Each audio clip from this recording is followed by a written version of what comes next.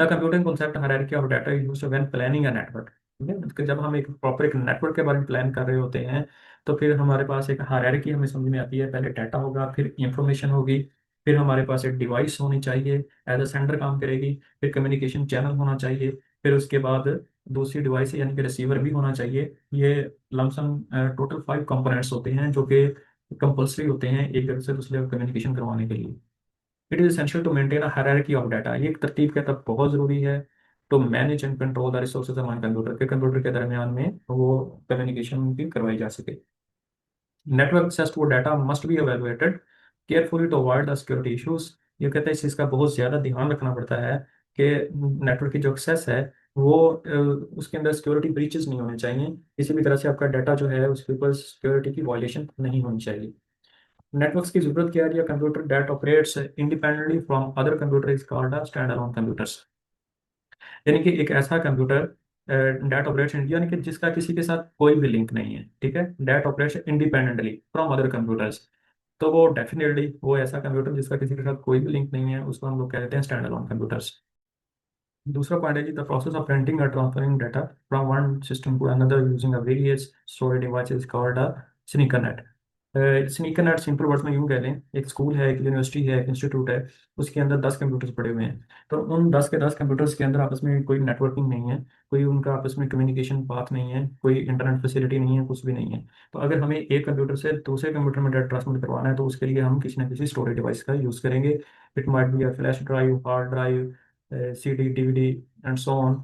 तो ये कैसा कॉन्सेप्ट है स्नीकर नेट का कि जिसके अंदर एक जगह से दूसरी जगह ट्रांसमिट डाटा ट्रांसमिट करने के लिए आप लोग किसी न किसी स्टोरेज डिवाइस का यूज़ कर रहे होते हैं। तो नेक्स्ट है जी इनहेंस कम्युनिकेशन। नेटवर्क्स के थ्रू आपकी जो कम्युनिकेशन है वो बहुत फास्ट हो जाती है, आपको फिजिकली डिवाइसेस को कैरी नहीं करना पड़ता। शेयर रिसोर्स कर सकते हैं आप इसके थ्रू। मीन्स ऐड के आप लोग अगर एक लैब है उसके अंदर 30 कंप्यूटर्स हैं तो एक ही कंप्यूटर 30 कंप्यूटर्स के साथ आप एक ही प्रिंटर आप लोग 30 कंप्यूटर्स के साथ अटैच कर सकते हैं, जिसकी वजह से हमारी कॉस्ट काफ़ी ज़्यादा कम हो जाती है। फैसिलिटेट सेंट्रलाइज्ड मैनेजमेंट, आप एक सर्वर इंस्टॉल कर लें, उसी सर्वर के बिहाफ के ऊपर आप बाकी के कंप्यूटर्स को मॉनिटर कर सकते हैं, एक सेंट्रलाइज्ड निज़ाम आप बना सकते हैं, एक ही जगह से तमाम के तमाम पीसीस को आप लोग कंट्रोल कर सकते हैं। इनहेंस कम्युनिकेशन कैसे होती है? Computer network use electronic mails emails as a choice of most of the communications. जब ऑब्वियसली सारे के सारे कंप्यूटर्स किसी नेटवर्क का पार्ट बन जाएंगे तो वहाँ पे हमारे रिसोर्सेज कम से कम यूज़ होंगे, हमारी कम्युनिकेशन फास्ट हो जाएगी, उसकी मॉनिटरिंग ऑब्वियसली बहुत ज़्यादा इंप्रूव हो जाएगी। By using a network, information can be sent to a larger audience in an extremely fast and efficient manner। जब हम एक नेटवर्क का पार्ट बन जाएंगे तो हमारी information with in nano seconds, with in micro seconds एक जगह से दूसरी जगह एक्सट्रीमली फास्ट स्पीड के साथ वो मूव कर सकती है। शेयर रिसोर्स कैसे कर सकते हैं? कॉपी ऑफ डाटा और application stored at a single central location shared over a network. Network के ऊपर एक ही कॉपी को आप मल्टीपल पर्सन्स को साइमल्टेनियसली शेयर कर सकते हैं। और ना सिर्फ आप लोग सॉफ्टवेयर को शेयर कर सकते हैं बल्कि जैसा कि मैंने आप लोगों को बताया कि आपकी लैब के अंदर एक ही प्रिंटर है, 30 कंप्यूटर्स हैं, तो 30 के 30 कंप्यूटर जो हैं एक ही प्रिंटर को शेयर कर सकते हैं। कंप्यूटर फेरिफेरल डिवाइसेस उसके बारे में बात हो चुकी है पहले। फेरिफेरल मतलब जितनी भी एक्सटर्नल डिवाइसेस हैं refer to as additional components. Networking का एक और एडवांटेज ये है कि ये फैसिलिटेट करता है हमारी सेंट्रलाइज्ड मैनेजमेंट को। वो किस तरह से? Networks are used to assisting management task associated with their own operation and maintenance. क्योंकि network connection between many computers exist कर रहा होता है, तो ये हमें सबसे बड़ी फैसिलिटी ये प्रोवाइड करता है कि एक ही पॉइंट से आप मल्टीपल प्रोडक्ट्स को, मल्टीपल रिसोर्सेज, मल्टीपल सॉफ्टवेयर को हम लोग हैंडल कर सकते हैं। Using networks results in is increased efficiently and resultant reduction in maintenance cost, जिसकी वजह से हमारी जो मेंटेनेंस कॉस्ट है वो बहुत हद तक कम हो जाती है। बजाय इसके कि हमें एक एक चीज़ को मॉनिटर करना पड़े, अपडेट करना पड़े, या फिर उसकी किसी ना किसी वाले से उसकी एप्लीकेशंस के अंदर अलग अलग से पैचेज इस्तेमाल हों। तो उससे बेहतर ये है कि हम एक नेटवर्क बिल्ड कर लेते हैं और उस नेटवर्क के थ्रू हम एक सिस्टम के ऊपर कोई भी नया वर्जन इंस्टॉल करते हैं, वो तमाम अदर कंप्यूटर्स के ऊपर वो चीज़ हम लोग एक सेंट्रलाइज्ड मेथड के थ्रू अपग्रेड कर सकते हैं। जिस तरह से सॉफ्टवेयर की एग्जांपल है कि यहाँ पे software basically software is a set of instruction और program that control the operation of a computer. यानी सेट ऑफ इंस्ट्रक्शंस हैं, ये तो बेसिक डेफिनेशन है। ये तो हर किसी को इसके बारे में पता होगा कि सॉफ्टवेयर क्या चीज़ है।